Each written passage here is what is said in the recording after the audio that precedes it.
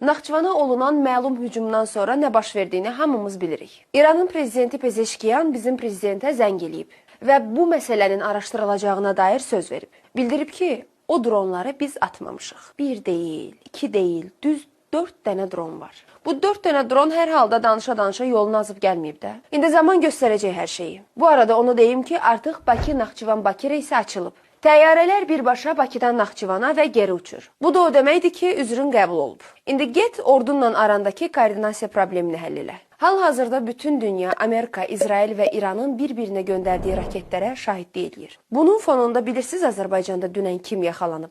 Avtobusda cibgir.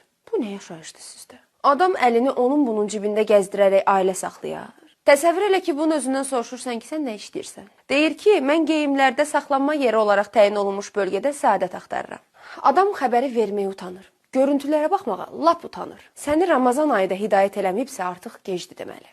Danışdırsan deyəcək ki, kasıbam, məcbur eləmişəm. Elə bu avtobusa minənlərin hamısı milyonçudur. Avtobusdakı adamlara dilinlə pul ver desən, atışıb verərlər. Bizi İran-İsrail savaşı yox, düşüncəsiz adamların hərəkətləri öldürəcək. Hələ bunları bəhbəhlə tərifləyənlər olur. Filan kəs güclü cibgir olub, adam var idi, güclü qumarbaz idi. Nə olsun ki, yəni bu nə nailiyyətdir? Siz o adamları belə təriflədiyiniz üçün başqa təriflənmək istəyən adamlar da gedib belə işlərlə məşğul olur. Avtoxuliqan, cibgir, qumarbaz, belə adamlara elə ürəklə bəhbəh deyirsiniz ki, elə bil ki, gördükləri iş doğrudur.